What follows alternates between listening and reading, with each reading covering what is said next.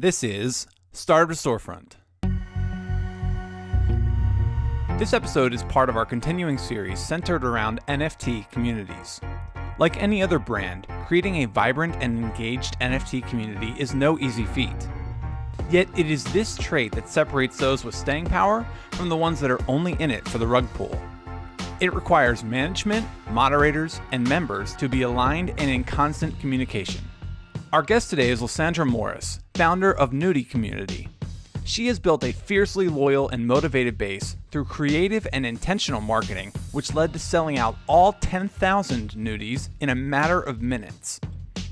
So listen in as we cover everything from why NFT communities are like high school cliques, why it's important to hire from within that community, and why your network is your net worth. Now, on to the episode. All right, welcome to the podcast. On today's show, NFTs, the Nudie Community founder, Lysandra. Thanks for joining. Thanks for having me. I'm super excited to be here. So here in the room today, we have Lexi, Owen, myself. Obviously, we all are Nudie Community holders. I think there's like 11 that we hold between us. So thanks. We're just fans. And it's the best for people who don't know about the NFT community. I'm a startup investor. And so as an investor, what ends up happening is you're really betting on the person and where you think they're going to go. But you're never invited to a Discord channel. People don't know what Discord is. It's like a Slack channel or just like a text message for the company. But in the NFT land, it's full transparency. You have 10,000, 20,000, 30,000 people that if they're unhappy, you'll find out pretty quickly. Oh, yes. And the roadmap is there and you know who the founders are. And so you're examining oh, what did this person do? This person.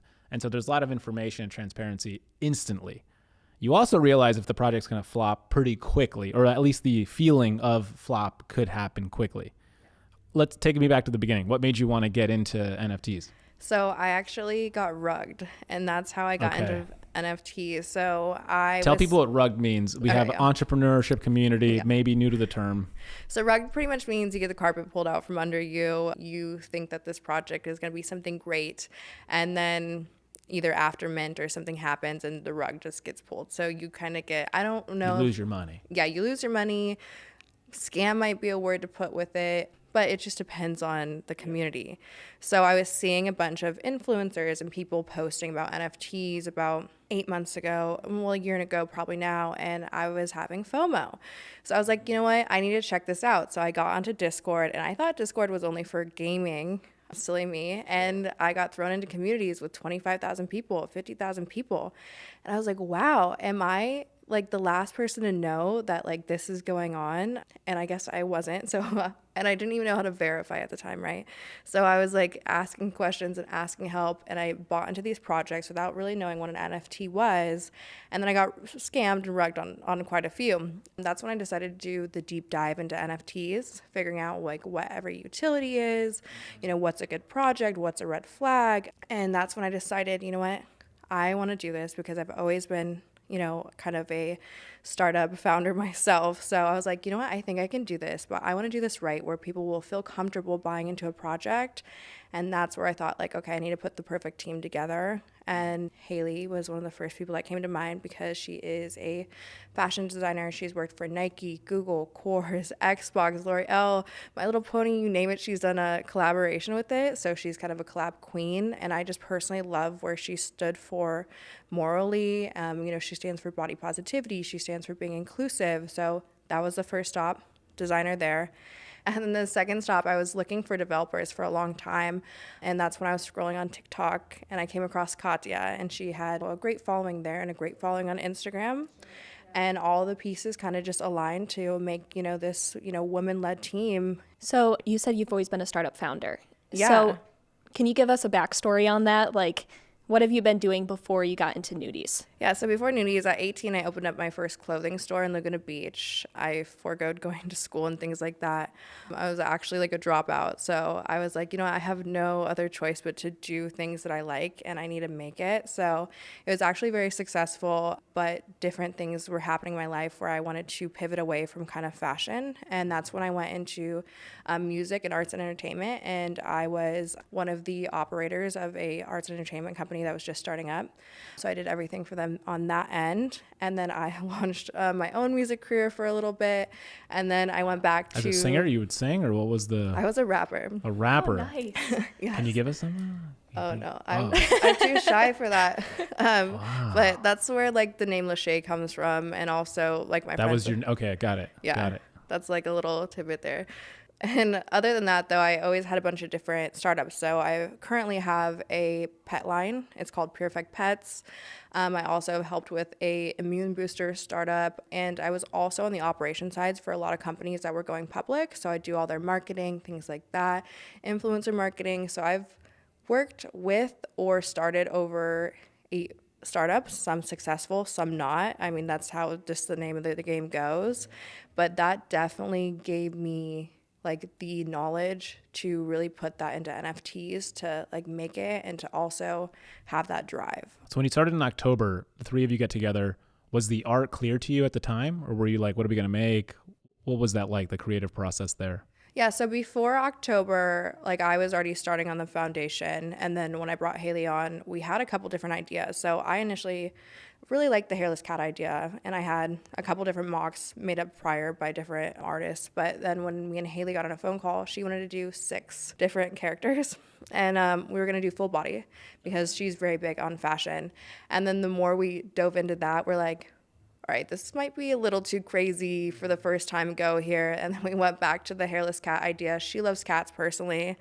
I own 3 hairless cats, so that's kind of the muses behind them. And they kind of just fell into place from there. And her best friend owns a hairless cat, so kind of was perfect. Yeah, I am not a cat guy in any capacity. And the fact that I own 6 of these things is like so fucking crazy, to be honest. It's like not a cat guy, but I actually do like the art. Well, now you're cat daddy. Now I'm a cat daddy. That sounds so sexy, cat daddy. It really does. Yeah. You got a nice spin to it. I do want to talk about the 22-minute sellout as well, because that's just so impressive in and of itself. But one of the things that I remember from your Twitter space, like the day you sold out, you said that people were coming to you the day before and the day of, saying that you weren't going to sell out, and you got emotional about it. You were saying like people were saying I wasn't going to succeed about it, and I want to know how that moment was like when you did sell out and you were like, oh shit, like I just proved them wrong. Yeah, it was actually crazy. So the night before, I was having DMs on Discord from people who have been in the industry and are like in whale groups and things like that, and they were telling me you're probably gonna have to burn 2,500, and I was mentally prepared for the best outcome. What did that mean though? So like that we wouldn't sell out. Okay. And it'd probably be like a long process for us to sell out 10,000. And so then the 2,500 would have to be burned in order to keep the collection's floor price going up and things like that, which a lot of collections have to do, especially sometimes when you have a 10,000 piece collection, you don't sell out. And, you know, those are like the realities you have to think of. You don't know what that's like though. I don't. I was going to say unfortunately, but no, it's very fortunate that we sold out so quickly. It was incredible. So I still feel like it hasn't sunken in that it sold out that quickly. The day of, everyone was celebrating, but I was still like behind the scenes, like doing everything. So it didn't really sink in 100%. I feel like I still haven't celebrated it, right? I feel like we all need to go out to drink sometimes and go celebrate it. So let's do that. But it was really cool. It was really cool just to see that the community rallied around and like all the hard work and all the effort and the sleepless nights, because I was literally getting maybe 2 to 3 hours a night of sleep. So was like Katya, so was Haley most nights. We didn't sleep. And especially leading up to it, it was insane. But it was also a blessing and a curse to sell out in 22 minutes. And I can cover that as well. Why a curse? So here's what a lot of people don't realize. And I think unless you're on the back end of it, you would never think of these types of things. So when you sell in 22 minutes, it's your NFT gets put onto like Icy Tools, gets put on all these top sites. So flippers go and buy. And people who are in alpha and whale groups, they get sent that project that morning because it's hot. And so they all buy in. So that means that 90% of the people that kind of bought that day had no idea about our project. Or like they're not in the Discord, they're not active community members. Not at all. They're just flipping. Yeah, just flipping. Got it. And so the other portion of that is, since they don't know anything about the community, they're not attached, they're not emotionally attached. And since a lot of community members probably didn't think that it'd come in 22 minutes, they didn't get a chance to buy in that 22-minute window either. So the biggest thing that came out of that was the whales, right? And so what happens with whales is sometimes they'll buy off of metadata that isn't actually actualized, or they'll somehow get a leak to the metadata a few minutes before the general public does. So what they'll do is they will buy the ones that they find rare on like Rarity Sniper or Rarity Sniffer. And what happens is when we changed our metadata to be corrected after the fact, the whales were very upset. And I was getting DMs and things like that, like, what can you do to change the metadata back, or what can you do to change the rarity to be like when we first bought? And got messages like, we will undercut you for infinity just for fun. And so I even at the time contemplated changing it, and even contemplated changing the weights. But then I was like, you know what, I've never been one to rig anything, and I'm also a woman in NFTs, which is not huge. I'm not going to roll over now, especially in the beginning. So that kind of bit us in the butt that we didn't roll over. But it was super interesting to see that type of side of the industry, right? Because you hear about situations kind of like this happening in Web 2, and Web 3, you don't see everything that happens behind closed doors. So to have it happen to you, it's like, okay, you kind of have to learn to pivot, and like that's being reflected currently on pricing and things. So it's an interesting learning experience, and I can't wait to take it and, you know, utilize it in the future. So then how do you handle all the haters? Like I see the comments in the Discord about like the floor is dropping. Like how do you respond, and like how do you feel confident in your project, continue to go forward watching that? Exactly. So those comments can be very discouraging, especially when you personally put like I said, the long hours, the blood, sweat, and tears in, and you are fully doxxed. When other, you know, founders, they're not, and when those comments happen, they leave, right? And they leave with the money. I just love the nudies, right? I'm so passionate about it. It's like what gets me up in the morning. It drives me to do better, not only for the community, but for myself. So when I see comments like that, it definitely at times like hits home. But I have to remember that everything that I'm doing is for the greater good of the community as a whole. And in business, you can't always please everyone. And that's something that I feel like was the hardest realization, because for the first 2 weeks after launching, I was trying to please everyone. And I was trying to, you know, bounce back and forth and do that. And then I realized, like, in order for this to be successful, I can't do that. It's so difficult. Yeah. And you have to treat, you know, your community like a business, because technically everyone who bought in is an investor. That's at least my opinion on it. And so, you know, not everything that people buy into is successful, but you have to, as a founder, make it successful if you truly love something. How did you go about marketing it? And so I found out about it through an NFT on Instagram. I forget what page covered you guys, but that's how I found out. Was it at NFT? Probably. And it seemed like the Discord went nuts after that. It did. It went insane. So at NFT actually is no longer a page on there, but we were very fortunate because the new creative director that came on at the time, he was featuring women artists, and he reached out to us, and that was kind of, you know, history there where we were able to connect, and he was able to feature our project, and he was also featuring amazing women artists, which was honestly, I think, very refreshing for that page to see. And I think that's very awesome for people to see so that much was better. lacking in the industry. So we were very grateful. His name is Jeremy Fall. He actually has a page now called Probably Nothing. And oh yeah, on yeah, Twitter. he's in that one. Yeah, Probably Nothing. And I love it because it's so educational. Great name, by the way. That's an epic name. Epic grab. Yeah. I think that page is awesome, and I can't wait to see that page grow because it's just super refreshing for the NFT community. So he left and started his own thing, or is he still with the NFT? The NFT page, I'm not quite sure what's going on with it now, but I know before like that ended, that's like his own thing. I'll say separately. this much: the NFT page doesn't always do research that deeply, and so I think sometimes it's like hit or miss, and it's problematic. I think when you're trying to be like at NFT as an example, and you're not doing your research on the projects.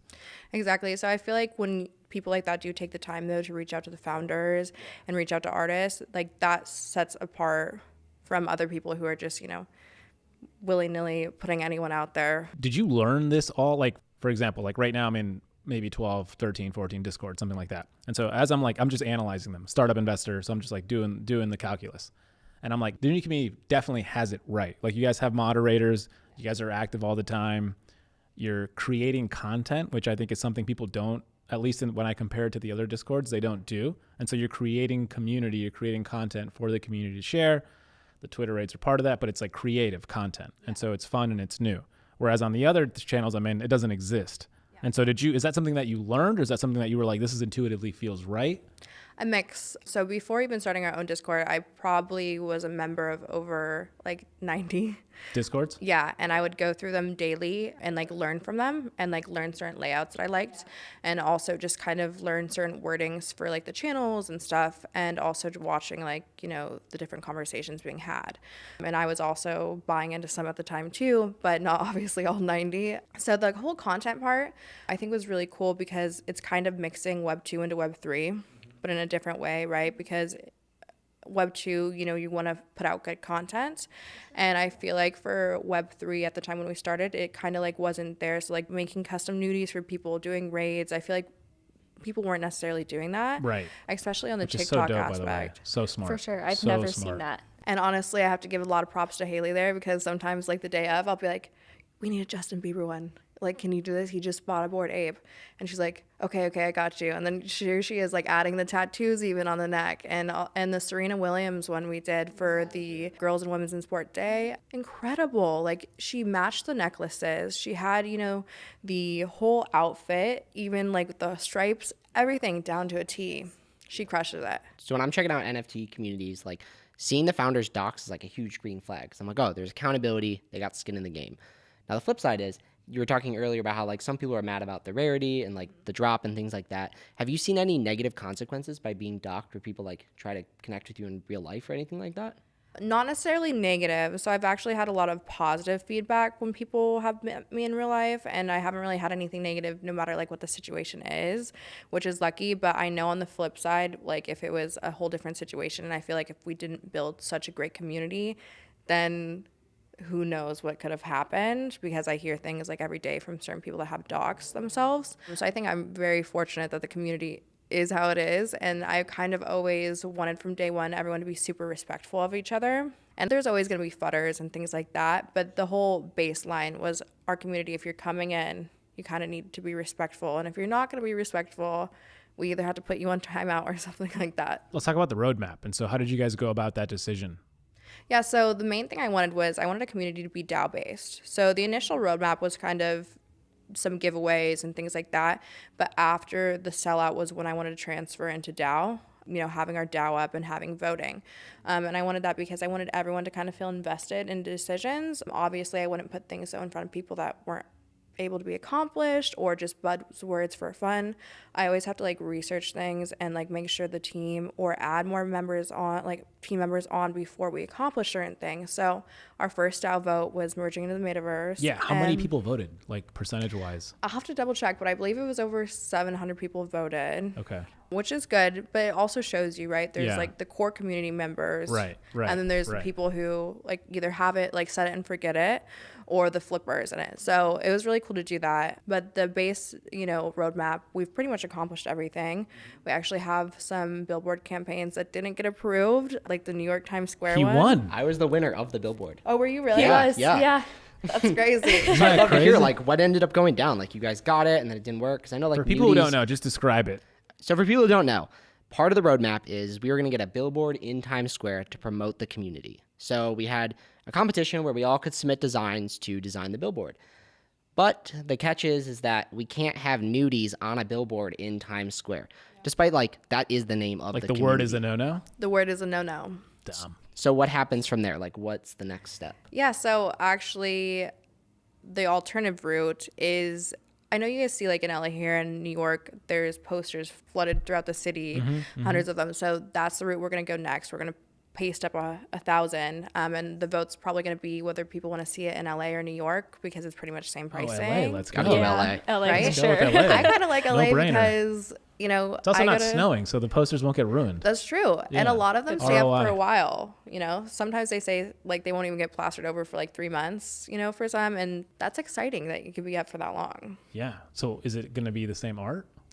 I think I might have to have you do the art. for Love the it, love to poster. hear it. He was so excited. It Yeah, was- okay. I'm going to have you do that, because the posters, we have full creative freedom. You can put anything on them. The billboard in New York, we got not approved by multiple landlords for the word nudie, which was surprising. And I thought about, yeah, maybe foregoing it, but then that's the whole part of it. Like, who's going to know the name? Or I couldn't even do a very small @nudie community for like Twitter. They wouldn't even let me do that.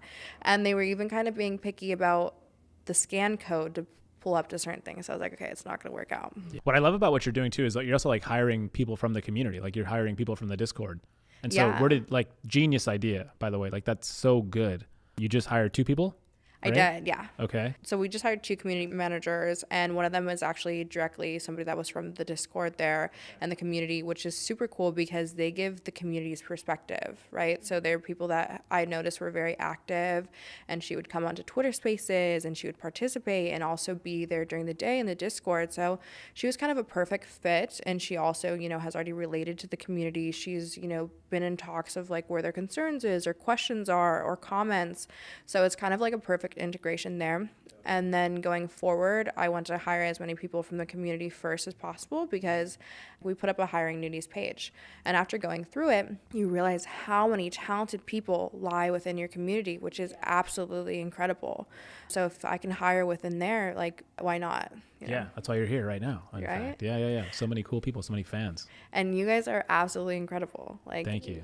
I can't believe we got to connect like this, right? Because it's different, like being able to talk in Discord or other things, but then to meet in real life, it's super cool how NFTs are kind of bringing that together. I was in a Twitter space when I mentioned this space right Yeah. here, and I was like, someone hit me up that was in that space, and they came and met with me here. Oh, wow. Yeah, like I think they're in Orange County also, actually. Like they drove here and we just had a chat, and they were in real estate development also. See, And I was like, this is so crazy. You never know where like certain connections will like become or lie. So that's like the super cool thing about Twitter Spaces. Like yesterday I was at an NFT meetup.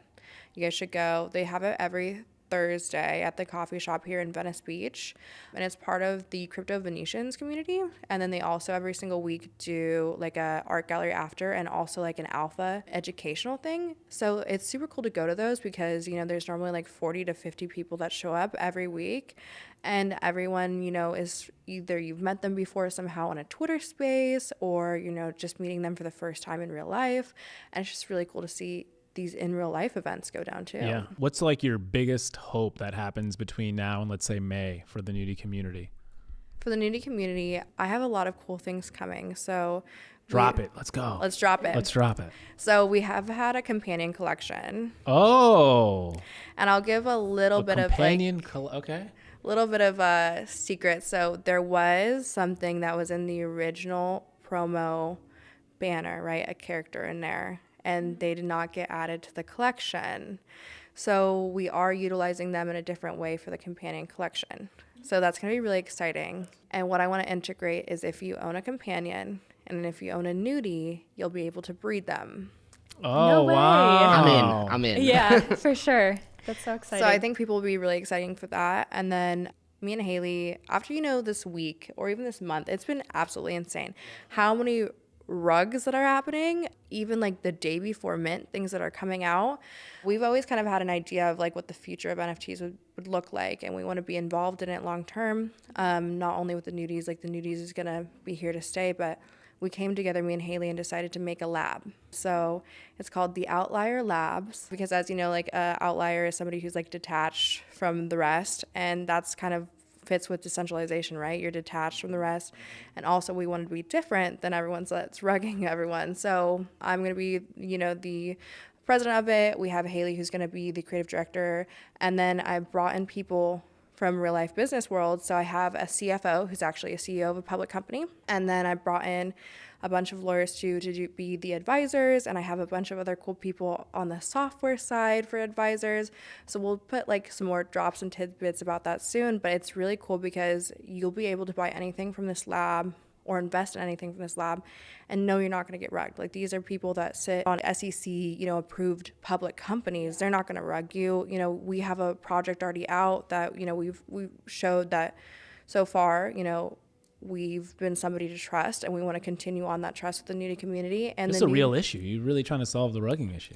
Kind of am here. You're like on a mission. I am, and I want to be in an incubator eventually. So eventually other people. Like, you want to create your own incubator? Yeah, so okay. The labs will eventually be an incubator. So if somebody else has a Okay. project but they don't have funding, or it's like some sort of idea like that, we have people that are ready to invest, and us personally are ready to invest to, you know, help you build out your concept.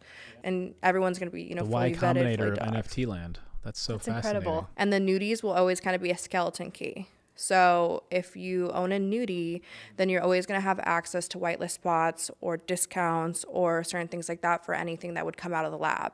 So that's going to be super exciting. I love all the art that you guys are featuring, like all the other women art that you've been featuring recently on Twitter. Epic art. Like, I think for me, the thing is, like, I want to like the art. That starts, it sounds kind of like from a startup perspective, if I'm investing in a company, the art doesn't matter, the product matters and the founder matters. But when it comes to the NFTs, like, I really want to like the art. That's key, That's for key. sure. I feel like one of the main things when buying into a project, you have to like the art, because whether something goes right or wrong, at the end of the day, it's going to still sit in your wallet. You got the art, yeah. And exactly. you have the art. And I have so many pieces that sit in my wallet, but I like the art, so I'm happy with it.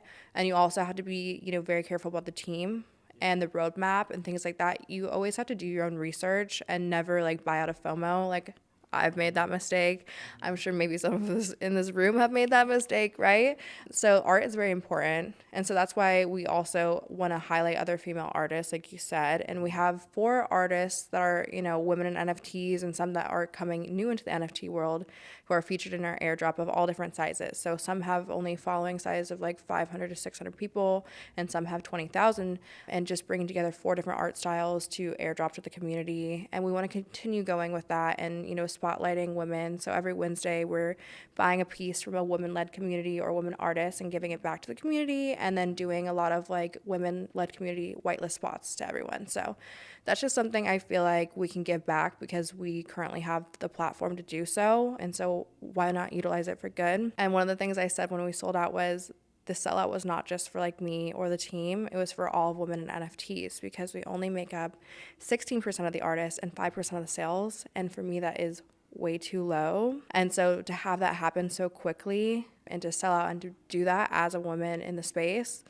you have to help others. So I was actually just going to bring up that statistic because to me, as a woman, that means a lot to me. So what can we do, including our listeners, what can they do to increase that number and turn it into something better? I feel like some of the main things is, if you see, women in NFTs, support them as much as you can, right? Yeah. So a retweet, a like, a comment on their art goes a long way. And if you are viable at the time to buy into their collection, do so. But I feel like even not on a financial side, just a support on social media goes a long way. Also sharing them, or for instance, if you see a comment or a post from a different community saying like, hey, we'd like to know about women artists, tag them there. There's so much to do on like a social media side. And then I feel like on a different side of things, just bringing more awareness to trying to not repeat our same mistakes that we made in Web 2 into Web 3, right? And be inclusive, not only for women, but like all genders, all communities, all races. So I feel like the more that we can try to include them into the conversation, the better. We were just talking about this, like right now, we're featuring this thing with Cat Footwear around like women in construction. And it's the same thing. It's like today people are talking about women, but they shouldn't. But it's always the first thing, right? It's like male dominated, then it becomes woman, then it becomes LGBTQA, and then it just continues to trickle down. And so it's like, while women have the spotlight, they also realize that they're just ushering in all these other groups later. Yeah. And I think that's like super powerful, and it's cool to see it. And you guys are kind of leading the charge in some way, or part of the charge. Yeah, and there's so many amazing women collections out there right now, some known, some not known. And, people like Fame Lady Squad, they've had their own trials and tribulations, right? And you can look at their chart and see how they're doing now and see the way that they've done things and structured things. It's amazing to see not only their perseverance, but, seeing their community rally around them. And then on the outside perspective, everyone that's come in to support them as well. So even communities that are at that size, or even ones that people don't know about, really cool. And it's also really cool seeing different celebrities organically endorse communities. Any celebrities on tap for you, for a nudie community? Paris Hilton owns 2. Is she going to go public though? When is she going to make the PFP? Right? Like, what are we doing? I wish. So Haley was super excited yesterday, actually, because she got a printout of it and she hung it up in her house. And it was actually Paris Hilton's birthday yesterday. But Paris has retweeted a couple of our tweets. She follows us. That's cool. Very awesome to have like a woman in NFTs supporting other women in NFTs. We've also, on our whitelist, I feel like we had probably 8 to 12 players from the Baltimore Ravens. Why is that? one of my close friends, he's friends with the brother of CoCab, and he kind of brought them in. And CoCab is super awesome. Like, he's a gentleman that, you know, has a charity for lupus, and, you know, he's super cool. And he just recently did the dive into NFTs. And so he kind of brought the whole team with him and was educating. That's pretty cool. Yeah. So I really love stories like that, right? So people from all different walks of life, all different professions are now dipping their toes into NFTs, which in my opinion is kind of going to be the future. How do you view like the future? Like right now, everything's on Ethereum, right? Everything. Do you view that changing? Do you think there's like if you were to launch a project maybe in, let's say, 4 or 5 months, do you think it's Solana? Do you think it's Cardano? Or do you just think Ethereum won and this is it? This is where it's going to stay for a while? I think Ethereum has won for now. I also think once like the 2.0 comes out, it's kind of going to maybe be game over. Like, they're going to definitely dominate the market, even though they already have.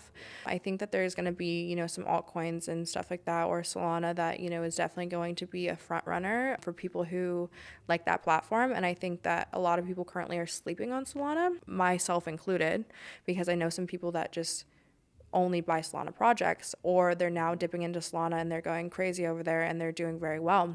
So I think ETH and Solana probably will be the main ones. I just bought Claymates, Clay Nation, which is a Cardano. It's kind of like a Cardano blue chip. Yeah. It's like top 5, but it's just interesting to see how these different networks operate. And what I learned is like, it's kind of like high school, where it's like the cool kids are over here and like the super nerdy tech kids are over here in Cardano land. And then like Solana is like a kind of a hybrid of both. Yeah. And it's like super fascinating, but I'm like, I'm just going to play and see what happens. I have no idea. Right? I mean, it's totally different. Like, every single currency has kind of its own demographic, but every single community does too. Yeah. You know, you can be in some communities and they're like super like alpha.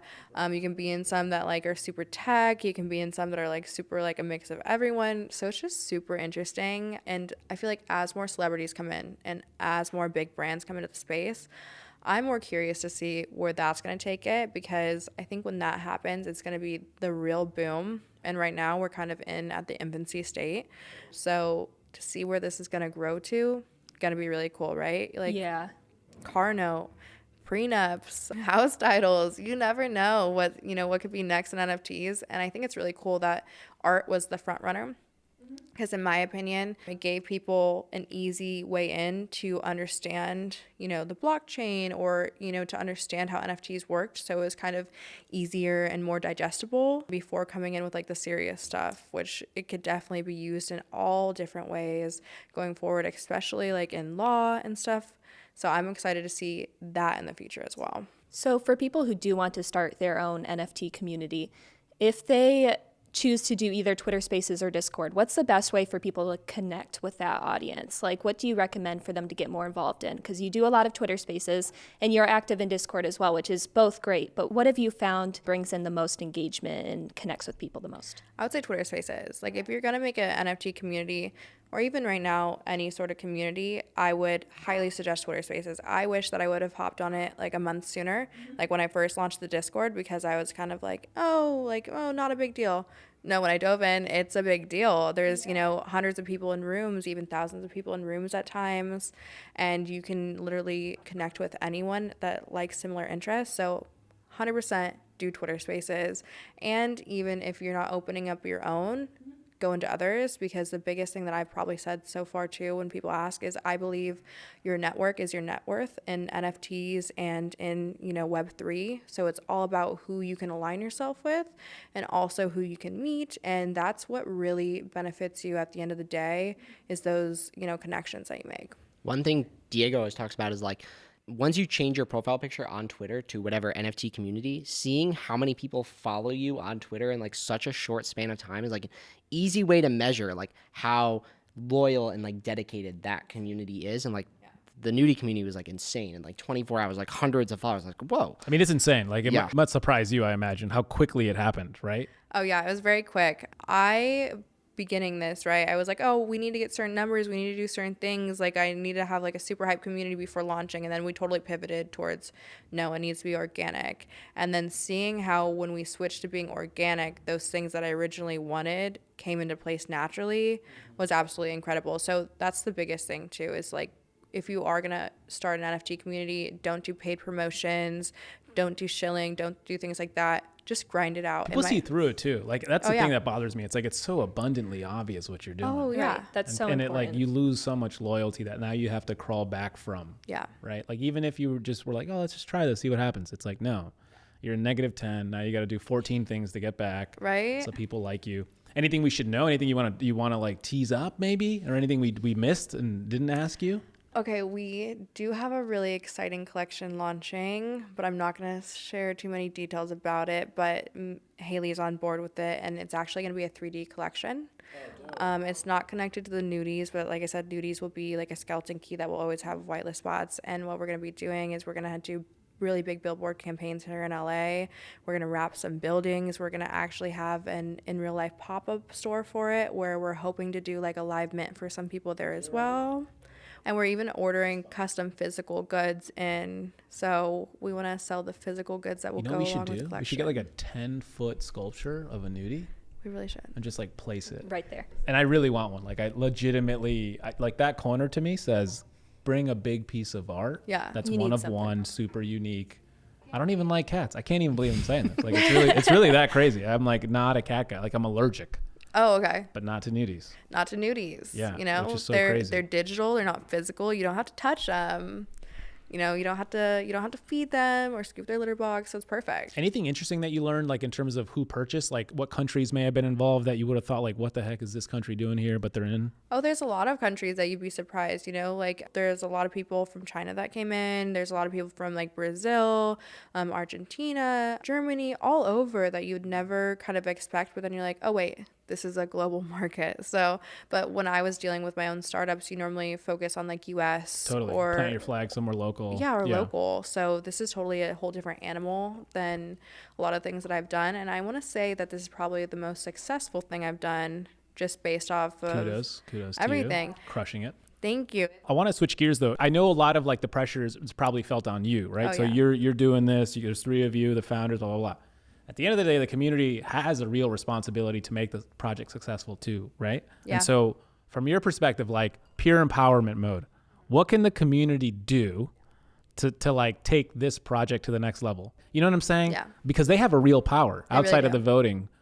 But what do you think they can do to like make this project just a slam dunk? That's something that's big, right? Because I feel like the community is your biggest marketers. And so I'm not going to say if they fall short or something like that, but if they are not doing their fullest to help, so it's kind of almost doing a disservice not only to themselves but to the community and your own wallet at the end of the day. So if you're in any community NFT wise and you really like and support them, the biggest thing you do is, you know, I know Discord announcements and things like that are annoying and sometimes you mute your notifications. Keep certain channels notifications on. Like keep the announcement page, even keep the tweets page.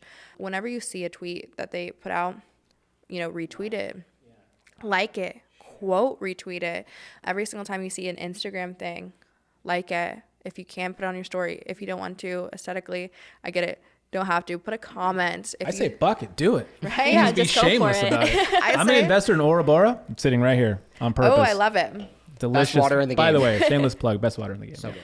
But you know, I think that's right. Like shamelessly promote it's because at the end of the day, as an investor, there's a reason it's on the table, right? If you're an investor in the community, you should be putting that everywhere. Yeah, if you're 100% dedicated into something and you absolutely love it, you have to kind of be shameless. I mean, I was Totally. shameless about, you know, all You're the wearing Twitter your shirt, spaces. yeah. I'm, you know, wearing this. I was about to actually wear the full sweatsuit today, but I thought it was borderline too much, but I probably should have.